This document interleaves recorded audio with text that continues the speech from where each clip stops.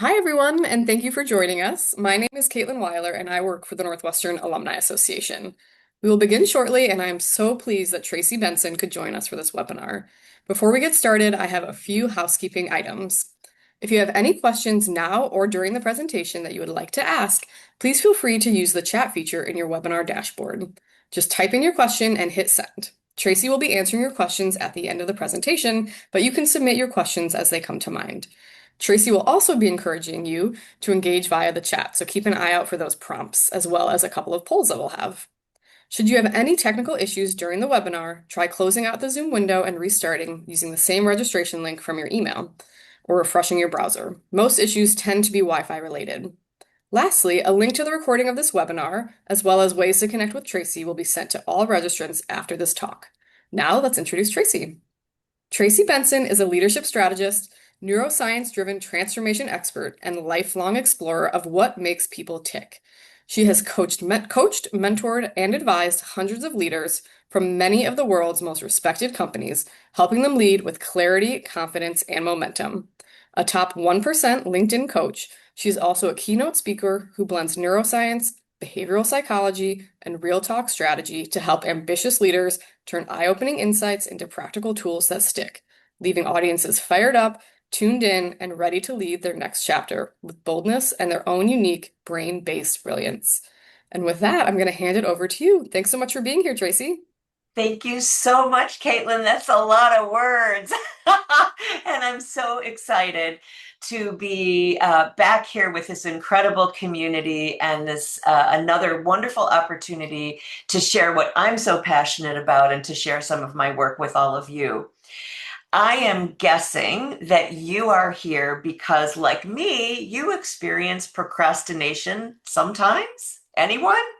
And just so that I don't feel so alone in that, go ahead and drop a me or a yeah or a yup, I get that.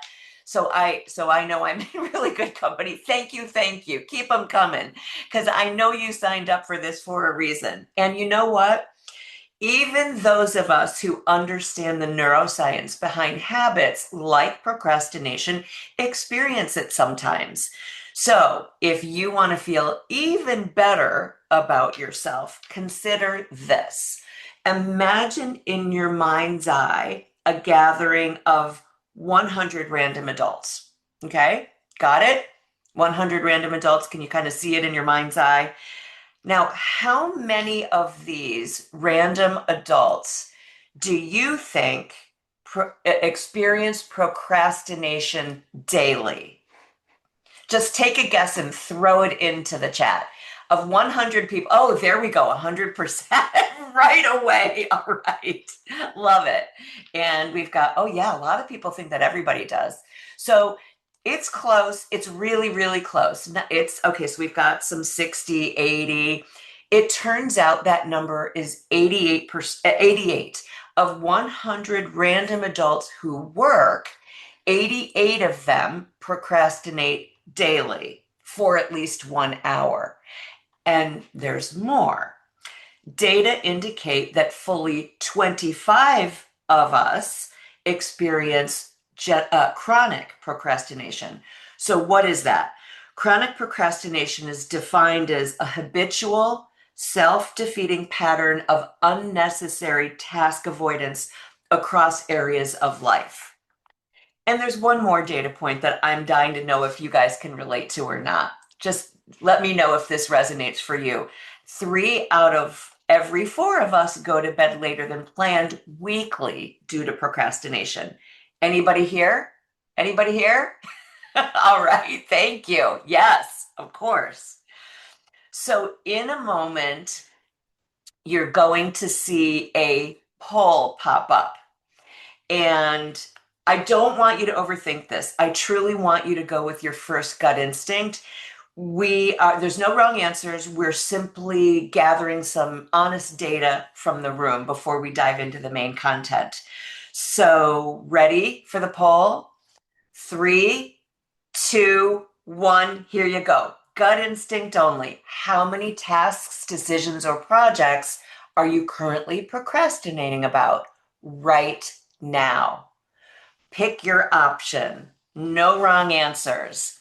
We are getting very honest with ourselves and each other right here. And there's no names attached to this. I hope you understand. So in a moment, we will get to see the results of that. Let's see. If I have to guess, I'm going to say, hmm, why the gap? Oh, yeah, great question. Eric, I promise. Actually, while we wait for these results, I'm going to answer your question. Um, the chronic, well, the gap isn't between people who work, adults who work, and chronic procrastination. That's not a gap. It's the same population. Random adults who work, 88 of 100 of us, so 88%, uh, experience procrastination at least one hour a day. The chronic procrastinators is very interesting. 50 years ago, only 5% of adults experienced that. Now it's 25%. And if you want to know why that is, we can address that in the Q&A. So just go ahead and pop that into the chat if you want to know more about that. I bet you can guess, actually. So hopefully that clarified for you, Eric. And I think we're about to see our poll results. Wow. Okay. This is exactly very, very few people, if any. Well, one person is not procrastinating at all. That person I really want to meet. I want to understand how your brain works. Most of us, as you can see, fully 56% are procrastinating about something between one and five things. And there's a good portion of us who are procrastinating about a whole lot more than that. So the bottom line here is, everyone, you are not alone. You're in really, really good company. And so now that we know how many things we're procrastinating about, let's talk about how long we've been avoiding these things. Pick the one thing that you thought about when you made that list or when you answered that poll that is weighing the most heavily on your mind. And now ask yourself, how long has that task or decision or project or whatever it is been hanging out over there in the corner waiting for you to do something about it? So, Caitlin, you can go ahead and show us that second poll now. And the responses are less than a month, 3 to 6 months, 6 to 12 months, forget about that choice three, and more than a year. So really there are four choices: less than a month, 3 to 6 months, 6 to 12 months, or more than a year. And no need to be embarrassed if it's a high number. Again, this is just gathering some honest data from the room so that we really know what to do with what we're going to be talking about going forward. Oh, great question, Eric. The relationship between procrastination and distraction. We'll talk about that in the Q&A. You've got some wonderful questions coming in already. This is terrific. We'll have a nice, vibrant Q&A section in a bit. All right, so we're going to see the results. Okay, so the thing that's weighing most heavily on our mind is pretty evenly spread given those four options. Less than a month, it's probably the smallest, right, at 15%. And there are those of us out there in this group and out there in the world who are procrastinating about something super heavy for us and super duper important for over 6 months, and some for more than a year. So, anybody care to share what that task or decision or project is for you? And if you're feeling really brave, in the chat, you can go ahead and share what that is and actually how long that thing's been hanging out over there in the corner. And while you decide whether to be brave around that question, I'm going to share mine. So I decided to sell my home and move. That was about 2.5 years ago. And if I'm doing my math correctly, that's 30 months. That's about 30 months. Oh, yes, there have been so many logical reasons for my delay. For one thing, I had a young adult living here who needed to find a place to live that was not my home and had to help him figure that out and move out. Let's see, there's busy season that's come around a couple different times, lots of conferences and travel. And oh, there is that list of things that I've got to get repaired before I can even consider putting the house on the market, right? Any realtors here can relate to that. Suddenly, 2.5 years have gone by. So apparently, the housing market's been waiting for me to give this talk to this community today so that I can break my own procrastination loop. So I invite you guys to check in with me in a couple of months and see how I'm doing. So for the rest of our time together, I invite you to focus on that one task or decision or project that's been most heavily hanging over your head through, and just kind of keep that in the front of your mind as we go through the rest of our conversation today and see what you're picking up that can be helpful to you in cracking that particular project. So before we go into the main content, let me ask you a quick question. When you procrastinate about something important, what do you think that your brain is actually doing? Is it trying to sabotage you, or is it actually trying to protect you? Because the surprising truth is, when you procrastinate, your brain is not being lazy. It's trying to reduce discomfort as quickly as possible. Unfortunately, it is using a strategy that actually makes the problem worse. So there's a reason why I called this talk What You Avoid Owns You. Think about that task or decision or project you named just a moment ago.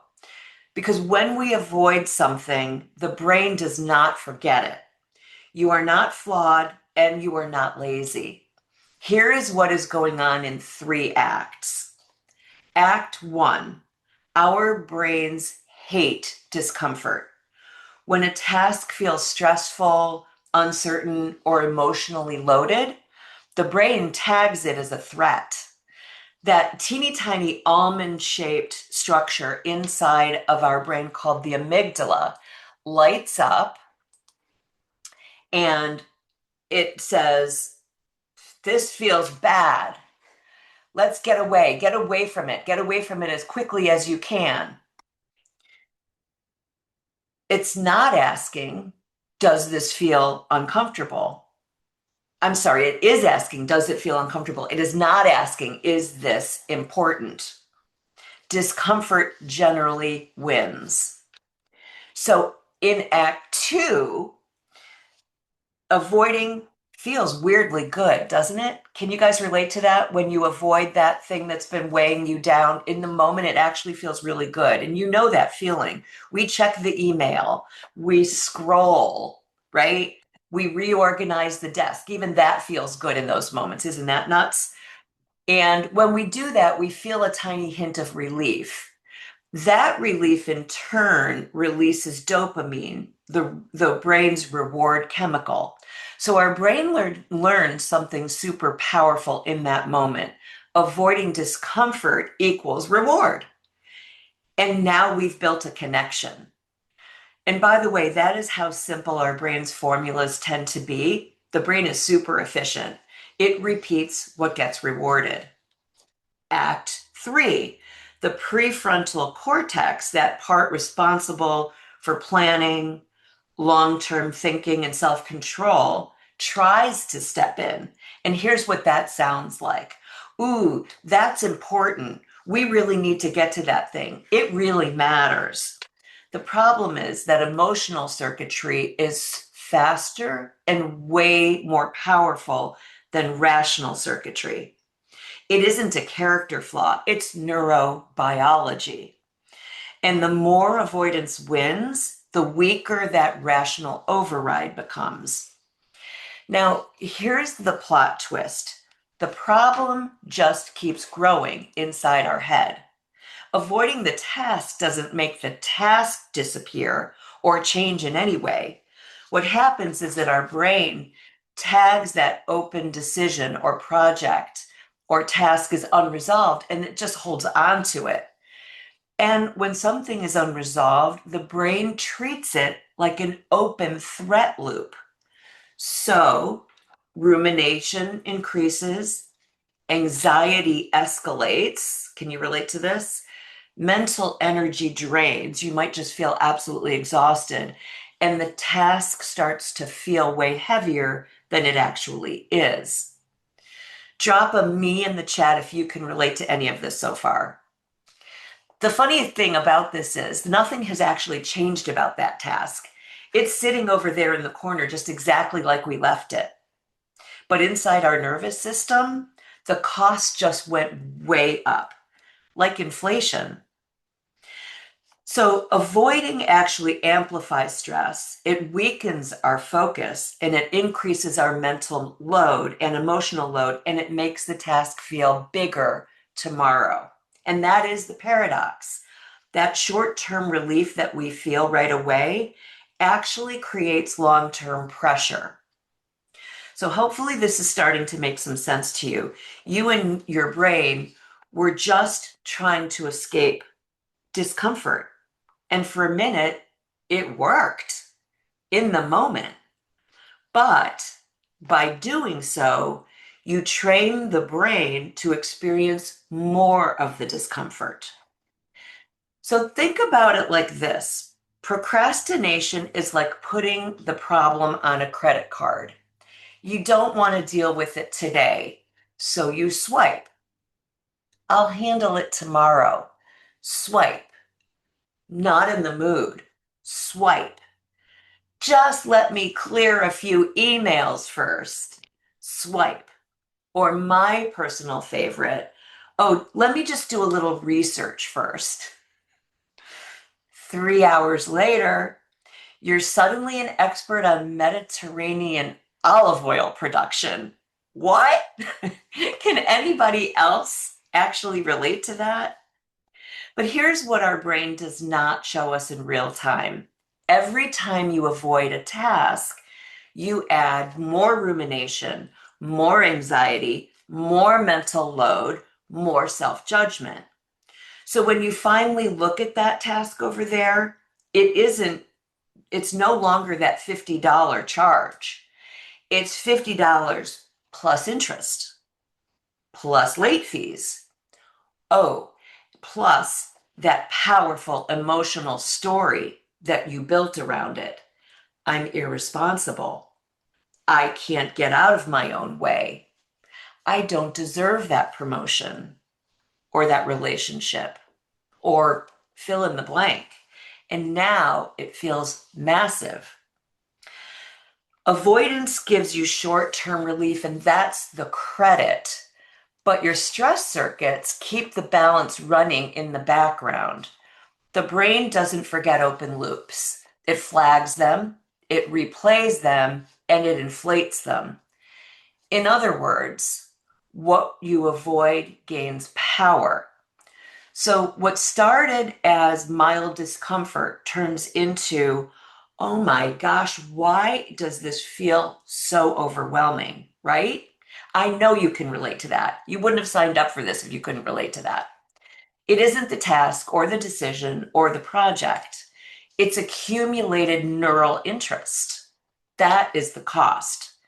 So avoidance isn't just behavior. It quietly reshapes identity.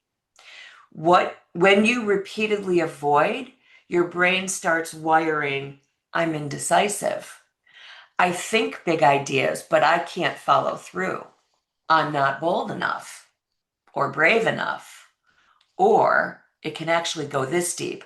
I'm not worthy. Not because any of this is true, because it's been practiced. Your brain equates repetition with identity. You can swipe the task today, but your nervous system always collects eventually. So we're going to get to solutions, I promise, because I bet you this is starting to feel really frustrating. It is for me, so I can relate. You know that moment, I just really want to make sure that we all understand what's actually going on and that it's not our fault. So, you know that moment when our laptop has, or when your laptop has, say, 35 or 47 or 82 tabs open? I know we all have experienced this from time to time. Please tell me you can relate to having way more tabs open than you actually need on your browser. Some of them are actually really important, right? And some of them we opened a couple of days ago, maybe months ago. Oh, I know this has happened to you. It actually happened to me yesterday. One's playing music somewhere and I couldn't find out which one it was. So our computers start slowing down, right? Pages lag, so many tabs. Yeah, yes, I'm looking at your screen, Neil. So many tabs. The pages lag, things freeze, and nothing works smoothly. So what do? You don't throw out your laptop, you close some tabs, and suddenly everything runs better. That's what happens in our brain when we procrastinate.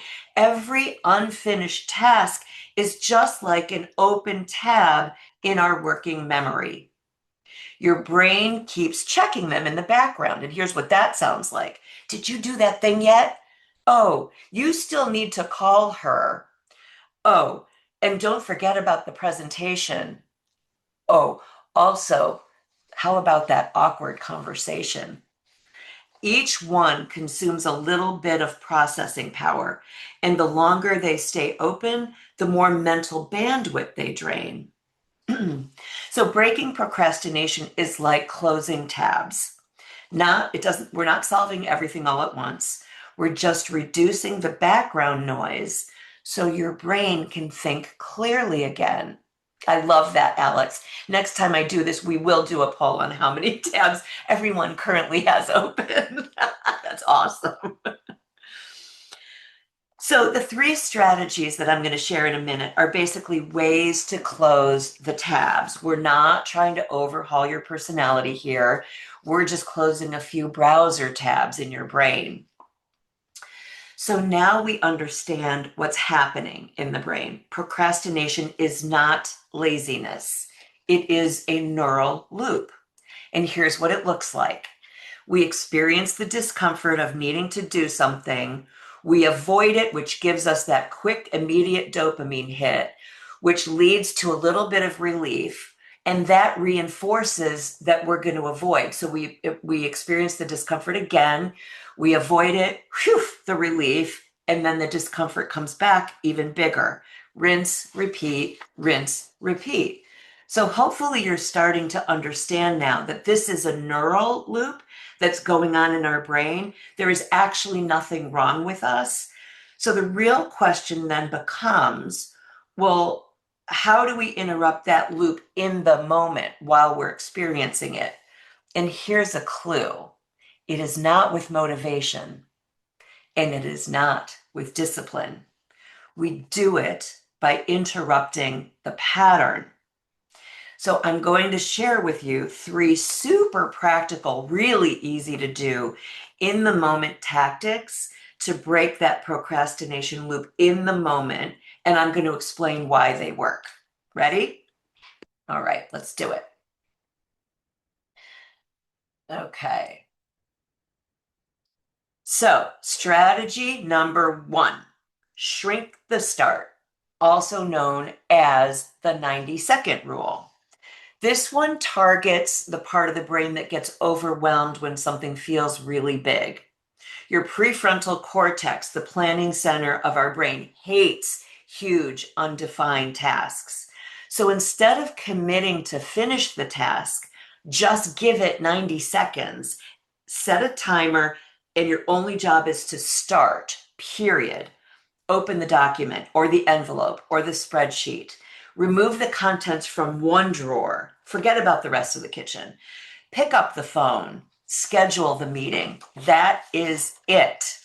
Because once our brain experiences that first tiny step forward, it releases dopamine, that chemical that reinforces progress. Remember, we talked about that as the reward chemical before.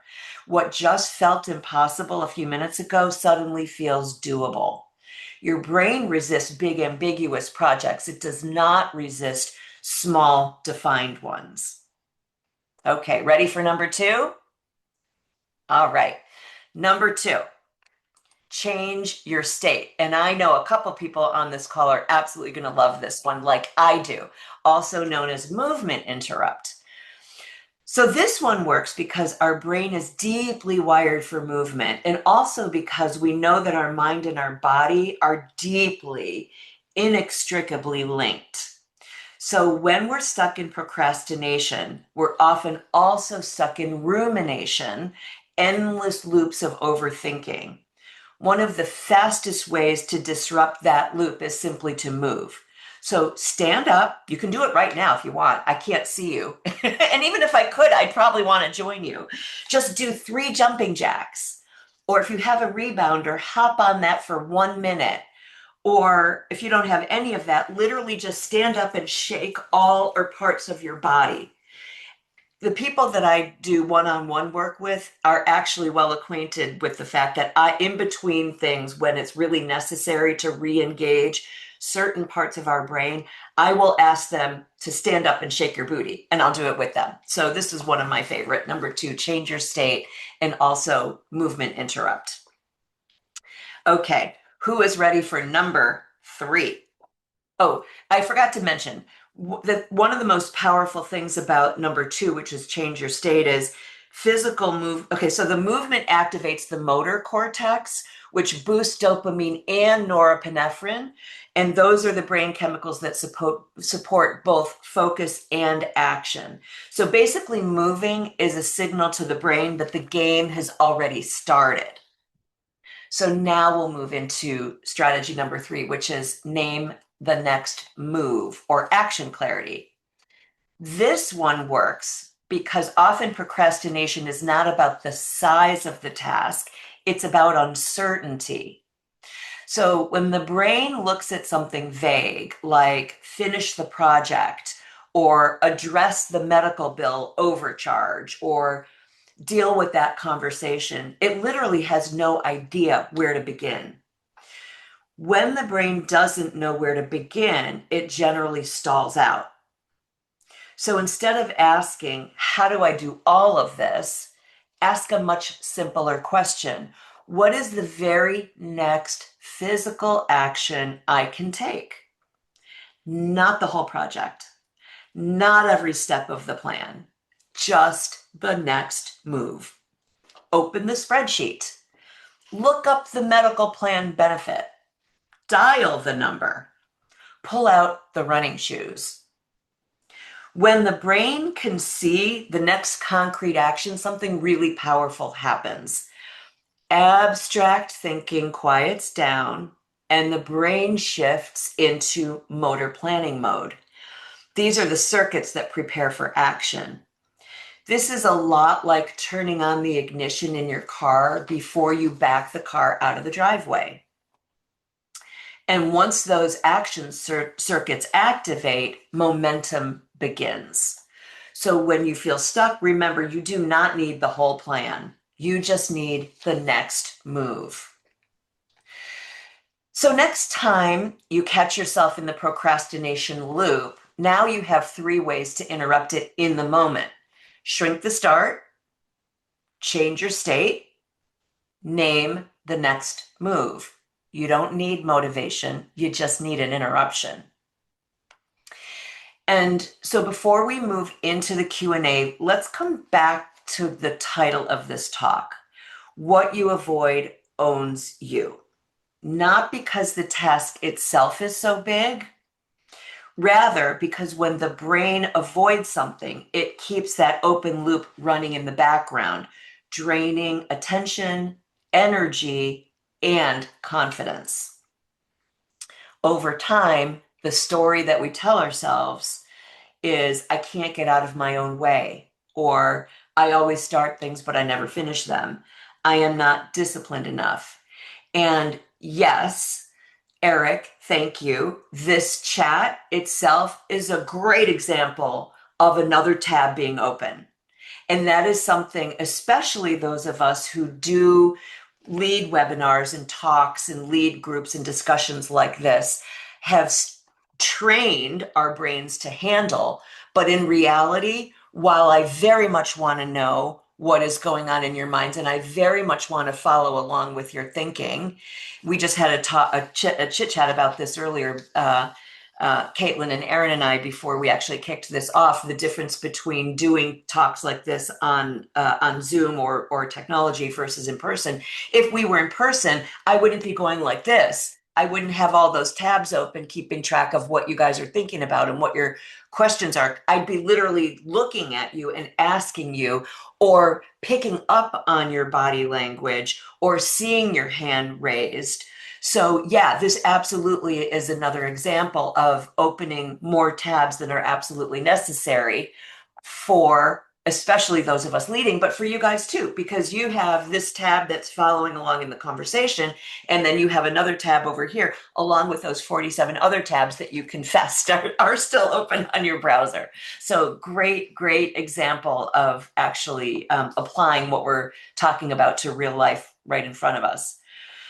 So, if there's one thing I'd love you to take away from this talk, let's make it this: that procrastination is not a personality trait, it's a neural pattern. And the great news is that neural patterns can be rewired. Every time we interrupt the procrastination loop with 90 seconds, a quick movement, or the next move, you are teaching your brain something new. I do start. I do follow through. I do take action. And those small moments will reshape identity.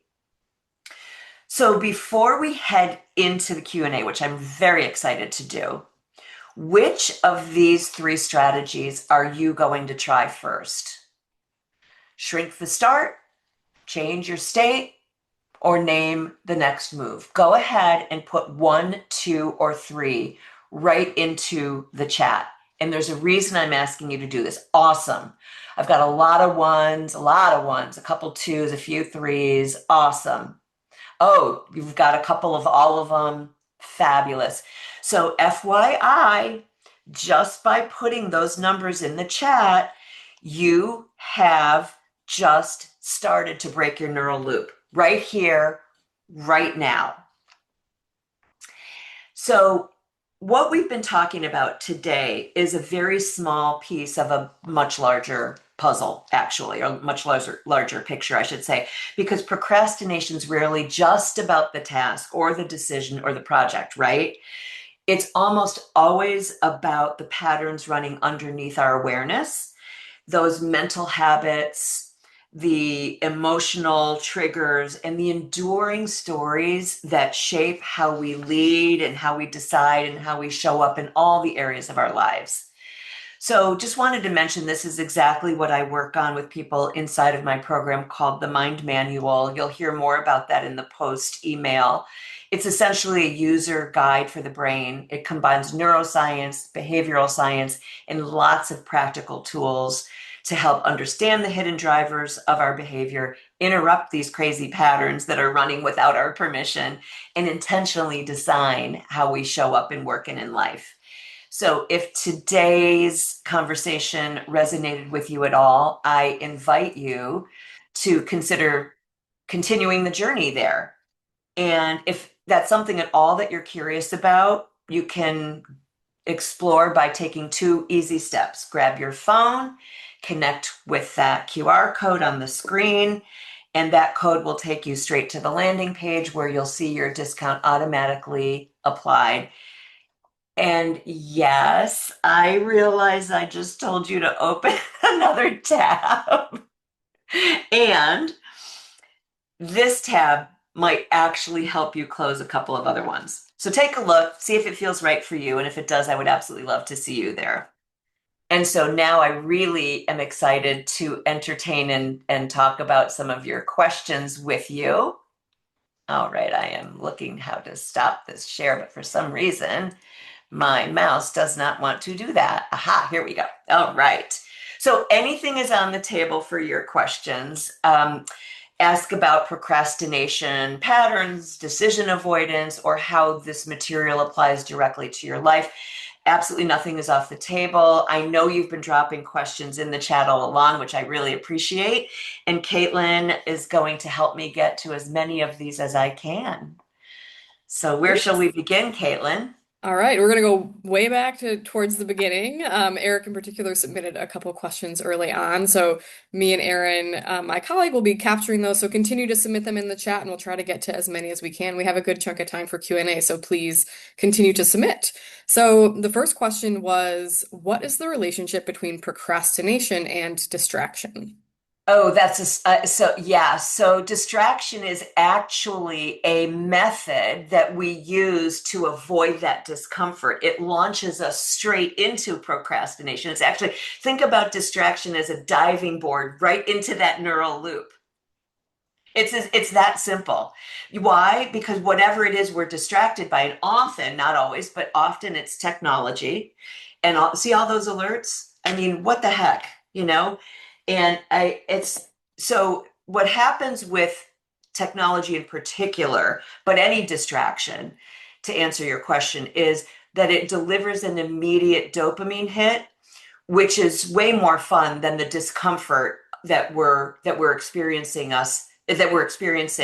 And that discomfort typically exists because whatever that task is that we're avoiding it because there's that uncertainty. It feels big and ambiguous. We can't figure out where to start. And so our brain is always going to choose that dopamine hit of relief over trying to figure out and disentangle this huge complex project. That's why these three pattern interrupt strategies are so effective. All right, what is next? All right. So, at some level, procrastination seems like it may be a decision tactic. For example, procrastination may behave like an option strategy. So, the question is some procrastination a way to observe external data or inputs that may change the decision calculus? So, are there potentially benefits to procrastination? Let me frame it this way. Not every delay is a procrastination.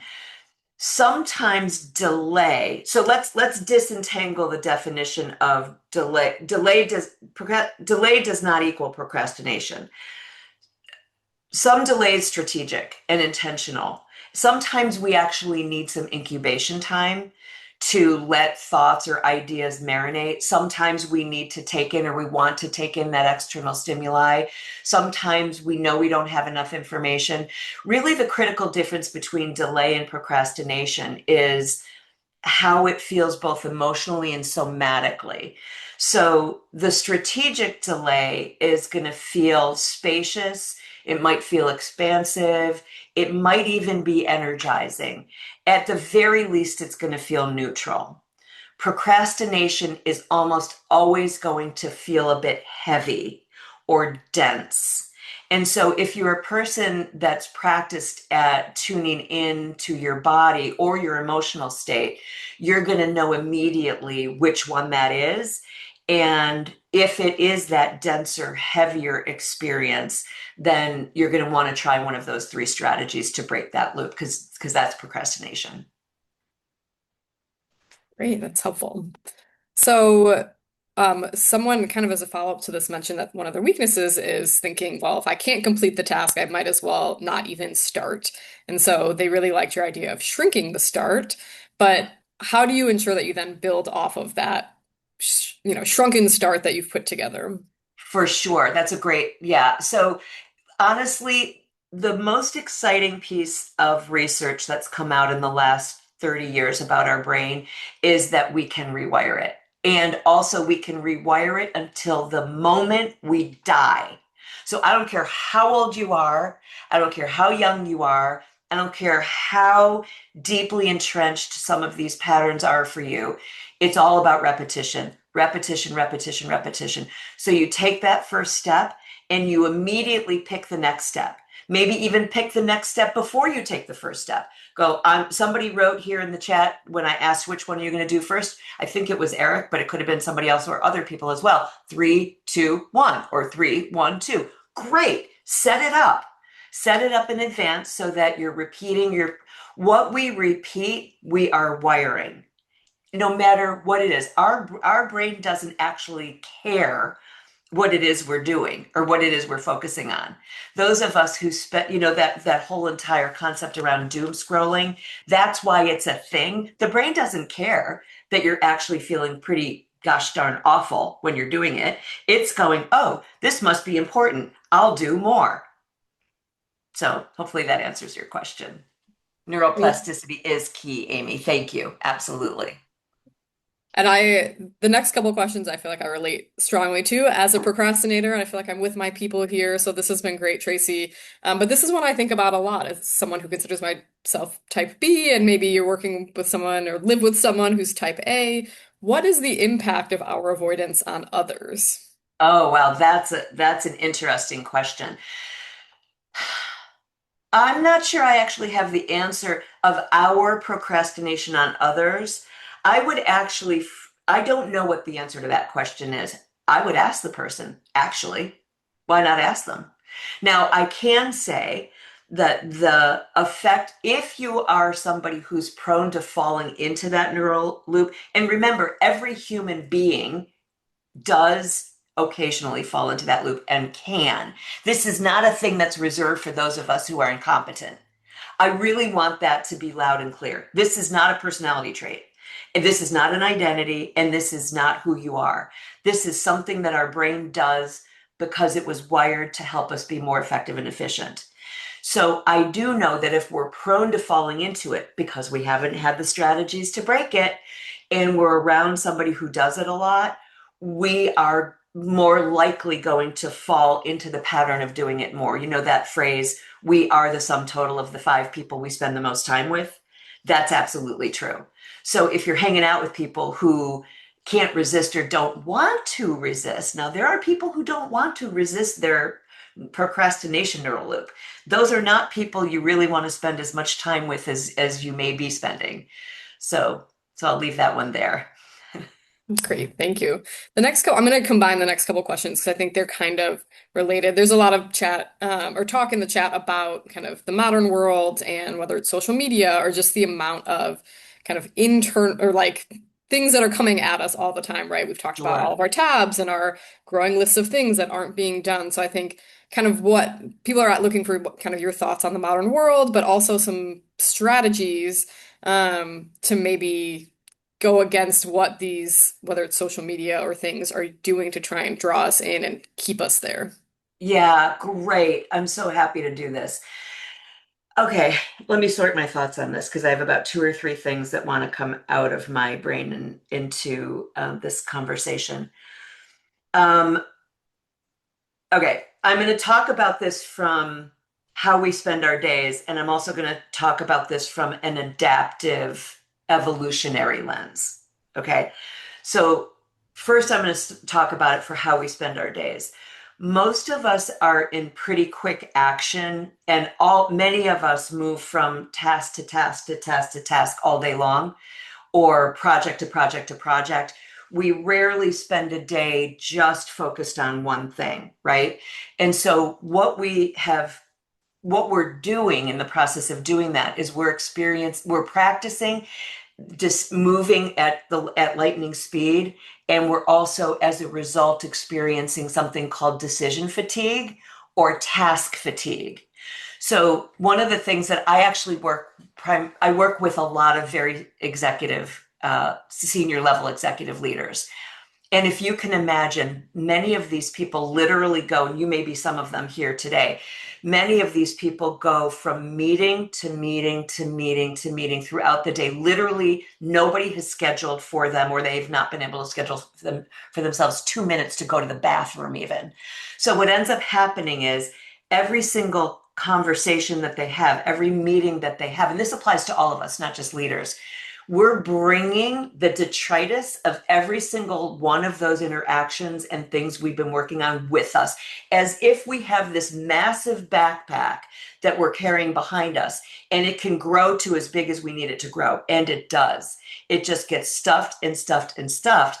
And one of the things that I talk to leaders about in particular is every time you step into a meeting, those people need the best version of you, not that version of you.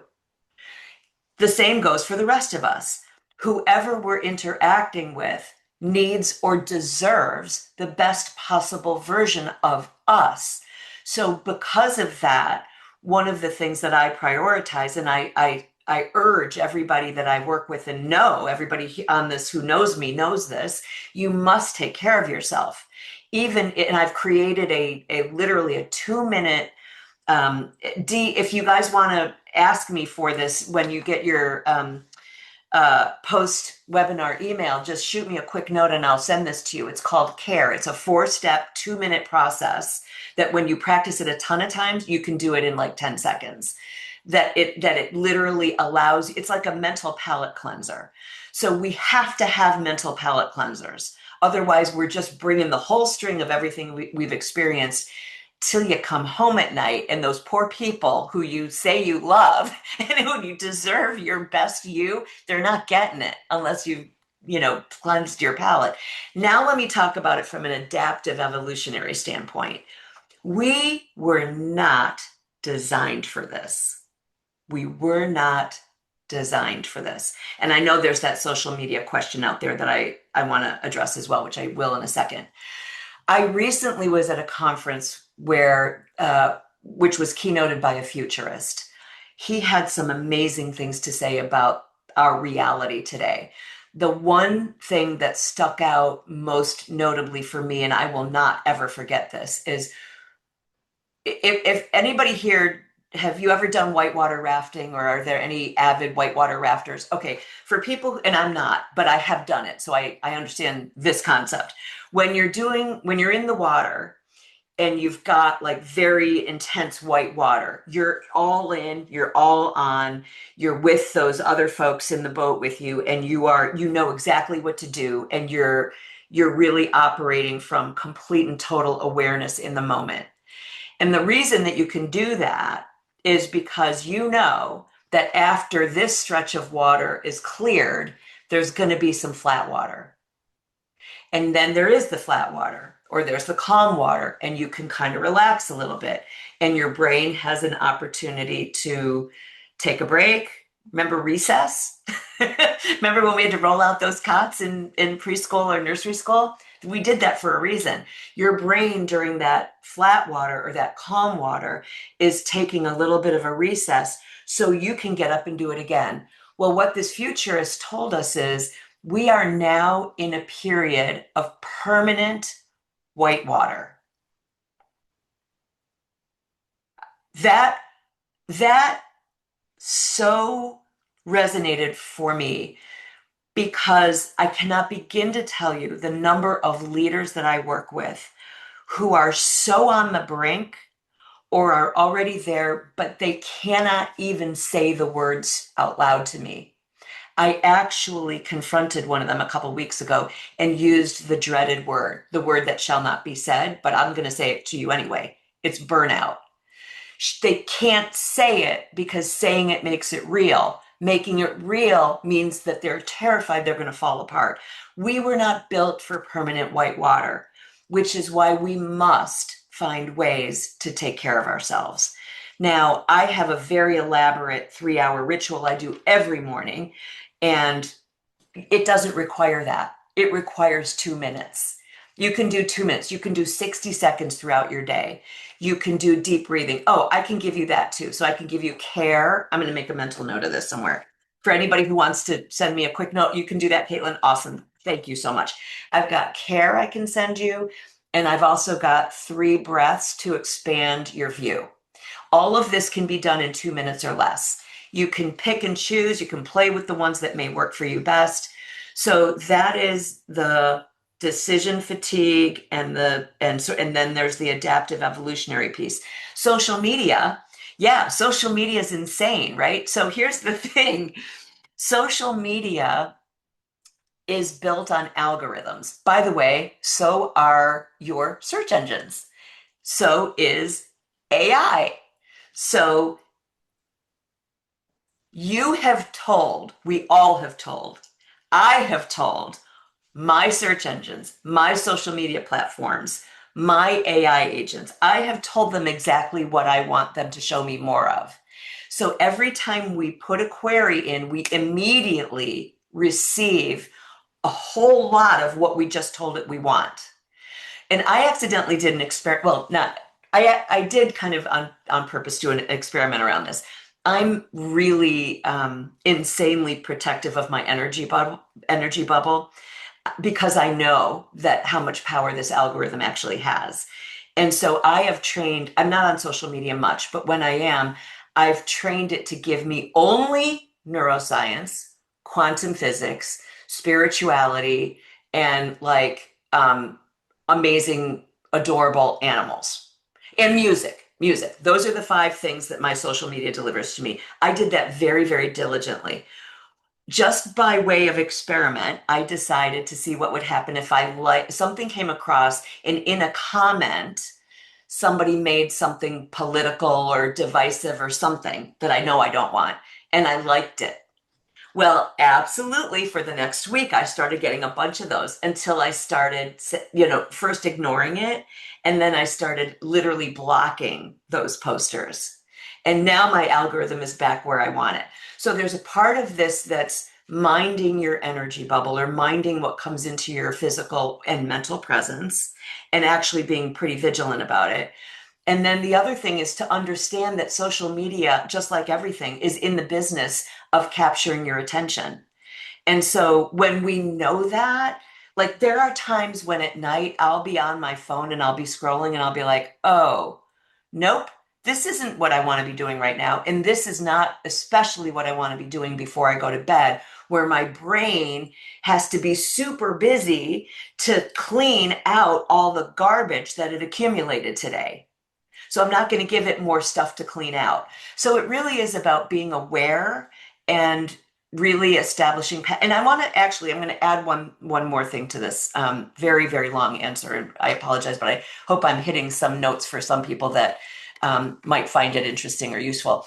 I've done a tremendous amount of research on habit formation, which I think is really, really an important supporter of every single thing we've been talking about. So, habit formation, there are two sources that I highly recommend, and many people may know about these already. James Clear, who wrote the book Atomic Habits, is really compelling. You read that book and you come away saying, oh, yeah, I am in charge of my habits.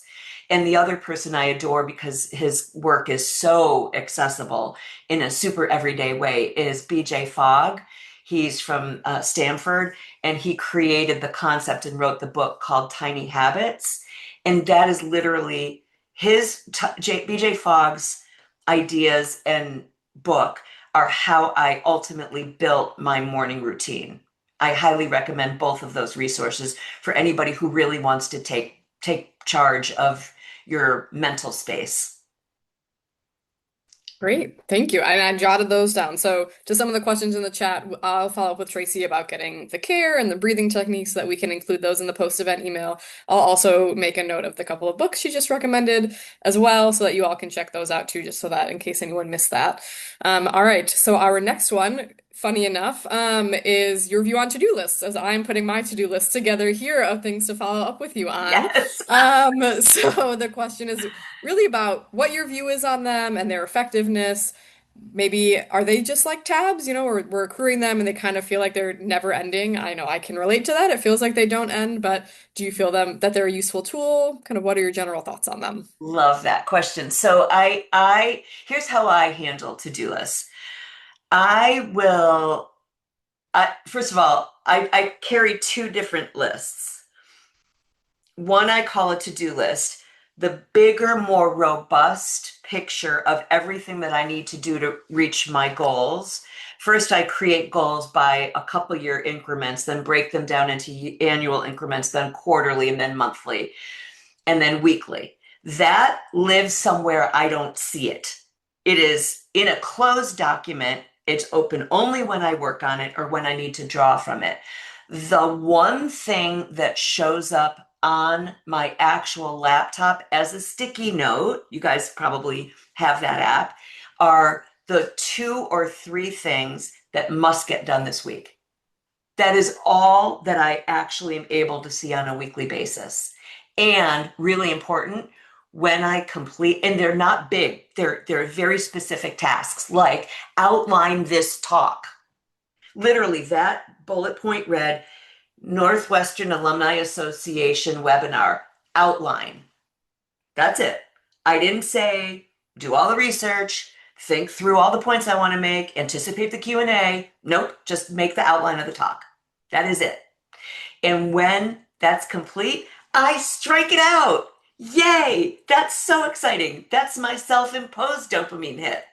And then it moves out of my view. And all that's left are the one or two things that I have not yet done, which I will do. So I have a very long master list of life things that have to get done. I do not call it my to-do list. It's like my plan. And then the to-dos are just those two or three things that must get done. That's it. That's great. As kind of a follow-up to that, someone said that one of their barriers is that are getting ready to start a task, but then they get worried that it's not the right task to do, and that Ah, maybe another one would be better or more important. Any thoughts on how to overcome this mindset or tips or tricks for that? for sure. Doesn't matter. Just do it. Literally, it is that simple. I'll give you a real world example that actually carries much, much more gravity. Many, many years ago, I worked with a CEO who is known as a turnaround leader. So this is the kind of guy that basically jumps, or gal, or leader who jumps from company to company every couple of years, and they go to a company that's in trouble, basically leads them out of that in trouble back into profitability, then looks for the next one. So I worked with this individual when he landed at a company that was in dire trouble.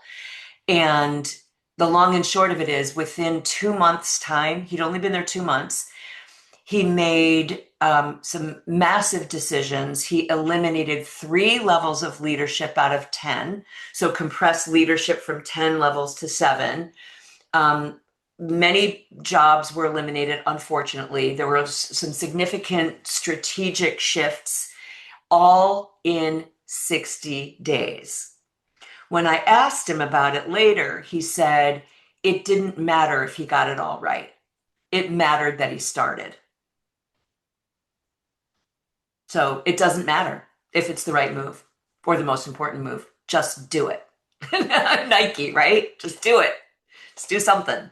Great. And so I'm gonna ask one last question, but while I'm pulling it up, would you mind putting the QR codes from your last slide and sharing your screen, and we can have that up as you answer this last one? We've had a couple Oh, requests yeah. to pull that back up, and then people can hopefully listen and quickly scan the QR codes, and then look at it later as they listen to your response. Um, Fantastic. Yes. Thank you for that. Yeah, I'd love to see you. We And have a then do you lot of mind fun in doing that the program. the contact one at the bottom? So we'll send this Oh, yeah, link as well, I think, for your absolutely. program and the Yes, there we discount. go. So yes, perfect. Yeah, This way they yeah. can find you in a couple places. All right, so the final Perfect. question, can procrastination be an unconscious signal that you are not going in the right direction? Ooh. Um, I would journal around, if you're a journaler, I would journal around what about this direction seems right for me, and is, what about this direction seems right? And then on the other hand, second journal prompt, what about moving in this direction is scaring me? That is way more likely what's going on. So one of the things we talk about in the mind manual is we have these inner voices, and we have 3 different inner voices. They all have different specific jobs, but their united mission is to keep us stuck exactly where we are right now. And so what's happening is more likely not about you're going in the wrong direction, but something is scaring you, or you're being critical, or there's something that you need in order to move in that direction that you're not receiving or you don't have at the moment. That's what I would advise. That's great. I think that's a great note to end on. So thank you so much to everyone for joining us today. And thank you so much, Tracy, for this wonderful presentation. I know I related very strongly to it and found it extremely valuable. As a reminder, the recording is going to be shared in the next day or two, along with details on the program that Tracy's offering a discount on, the resources she shared here today, and how to connect with Tracy. And thank you all for being such active participants in the chats and the polls. It was really a fun conversation today. So to find out more about alumni events, please check out the NAA website at alumni.northwestern.edu. Have a great rest of your day and go Cats! Go Cats!